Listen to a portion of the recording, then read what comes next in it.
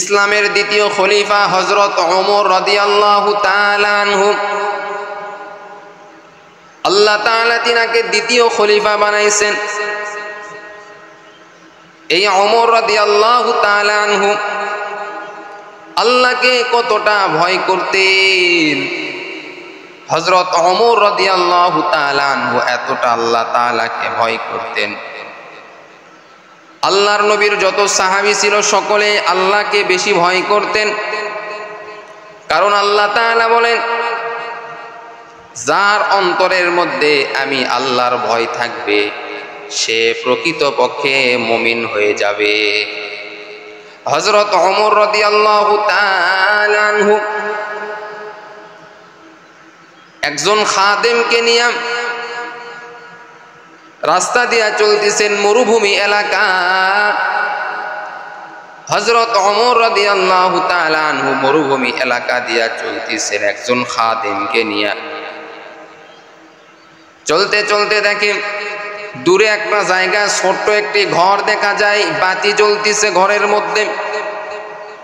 হযরতে ওমর রাদিয়াল্লাহু তাআলা আনহু আস্তে আস্তে হেঁটে এবার ঘরের পাশে চলে গেলেন। গিয়া দেখা আসি কেন এই মরুভূমির মধ্যে ছোট্ট একটি ঘরের মধ্যে আলো জ্বলতেছে। মনে হয় কি জানো কি না কি হয়েছে, কি না কি হয়েছে আমাকে দেখতে হবে। খলিফাতুল মুসলিমিন হযরতে ওমর রাদিয়াল্লাহু তাআলা আনহু এবার যাওয়ার পরে দেখে একজন মা পাতিলের মধ্যে কি যেন দিয়া নাড়া দিচ্ছে, আওয়াজ করতেছে। আর ছোট ছোট কয়েকজন শিশু সন্তান কান্নাকাটি করতেছে। ছোট্ট ছোট্ট শিশু সন্তান মায়ের কাছে শুয়ে তারা কান্নাকাটি করতেছেন, গড়াগড়ি করতেছেন। এইবার হযরত ওমর রাদিয়াল্লাহু তাআলা আনহু এই মহিলাটিকে বলতেছেন, এরে আল্লাহর বান্দি, তুমি এখানে কি রান্না করতেছো?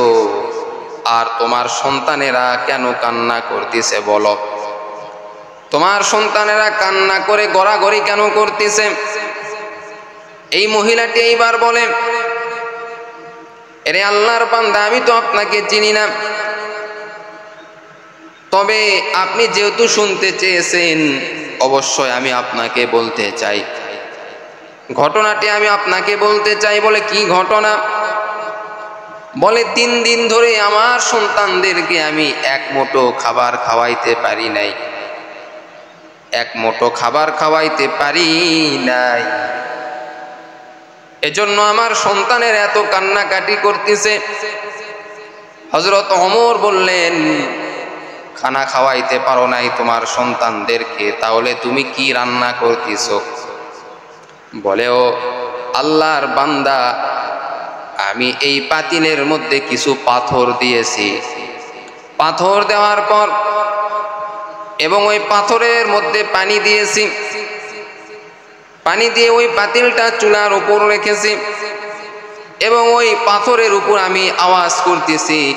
ওই পাথরের মধ্যে আমি শব্দ করতেছি, যেই শব্দ শোনার কারণে আমার সন্তানেরা একটু সান্ত্বনা পাইতেছে। আমি একটু কেবলমাত্র সান্ত্বনা তাদেরকে দিচ্ছি।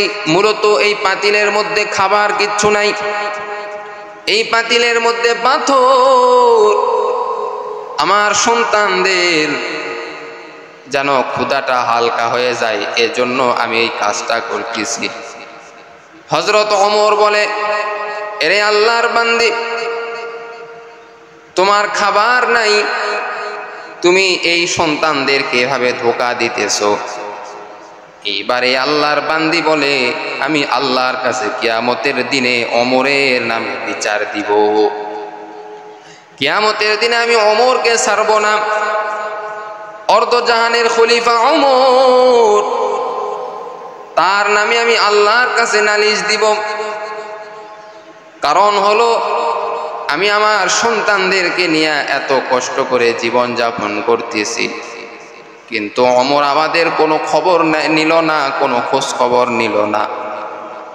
আমার সন্তানদেরকে আমি কি খাওয়াইতেছি না খাওয়াইতেছি, খাবার পাইলাম কি পাইলাম না, এই খবর তো ওমর নিল না। এজন্য আমি আল্লাহর আদালতে কিয়ামতের দিনে আমি আল্লাহর কাছে ওমরের নামে বিচার দিব। হযরত ওমর রাদিয়াল্লাহু তাআলা আনহু এই মহিলাটিকে বলে, ওগো আল্লাহর বান্দি, তুমি যদি কিচ্ছু মনে না করো তাহলে আমি তোমার জন্য কিছু খাবারের ব্যবস্থা করে দিব। এখনো পর্যন্ত হযরতে ওমর ওই মহিলাকে তার পরিচয়টা দিল না। এইবার খাদেমকে নিয়ে গেল, বাইতুল মালে গেল হযরতে ওমর। বাইতুল মালে যাওয়ার পরে আটার বস্তা নিল, আরো যাবতীয় খাবার নিয়ে হযরতে ওমর এইবার তার খাদেমকে বলে, তুমি আমার এই খাবারগুলো আমার মাথার উপরে উঠায়া দাও, আমার মাথার উপরে তুমি উঠায়া দাও, আমি নিজে ওমর নিয়ে যাব। খাদেম বলে, হুজুর আপনি কেন নিয়ে যাবেন? আপনি তো অর্ধ জাহানের খলিফা, আপনি কেন এই কষ্টটা করবেন? আমার মাথায় আপনি উঠায়া দেন। ওমর এইবার রাগান্বিত হয়ে বলেন, কিয়ামতের দিনে আল্লাহ তাআলা যখন আমাকে ধরবে তখন কি তুমি আমাকে বাঁচাইতে পারবা? তখন তো আল্লাহর আদালতে আমি কখনো বাঁচতে পারবো না। অতএব আমি ওমরের দায়িত্ব, এই খাবারগুলি আমি নিজে বহন করে নিয়ে যাইব। হযরত ওমর রাদিয়াল্লাহু তাআলা আনহু নিজে মাথায় করিয়ে এইবার এই আটার বস্তা আরো খাবার নিয়ে এইবার চলে গেল। আবার ওই মহিলার কাছে গেল, যাওয়ার পরে হযরত ওমর নিজেই রান্না করলেন, গোশত পাকাইলেন, রুটি বানাইলেন। বানানোর পরে ওই সন্তানদেরকে ডাক দিলেন, ডাক দিয়ে এইবার হযরত ওমর নিজে হাতে তাদেরকে খাওয়াইলেন। নিজে হাতে খাওয়ানোর পরে এরে আল্লাহর বান্দা, পরবর্তীতে খলিফাতুল মুসলিমিন হযরতে ওমর রাদিয়াল্লাহু তাআলা আনহু যখন ওই মহিলাটিকে তার পরিচয় দিয়া দিলেন, পরিচয় দেওয়ার পর ওই মহিলা এবার হাত পা ধরার জন্য ব্যস্ত হয়ে গেল, আমাকে আপনি মাফ করে দেন। হযরত ওমর বলে, তুমি কেন আমার কাছ থেকে মাফ চাইতেছো? আমি ওমর তোমার কাছ থেকে মাফ চাইতেছি, কারণ আমি ওমর অন্যায় করেছি, আমার অন্তরে আল্লাহর ভয় ঢুকে গেছে, আমি আল্লাহকে অনেক ভয় করি, জাহান্নামকে ভয় করি। আজকে যদি আমি তোমাদের পাশে যদি না দাঁড়াইতাম, আমি যদিও খলিফা হয়েছি, যদি আমি অর্ধ জাহানের খলিফা হয়েছি, কিন্তু আল্লাহর আদালতে আমি ওমর কখনো পার পাইতাম না। আমি ওমর খলিফা হতে পারি, রাষ্ট্রপ্রধান হতে পারি, আমার দায়িত্ব হলো গরিব অসহায়দেরকে খাবার পৌঁছায়া দেওয়া।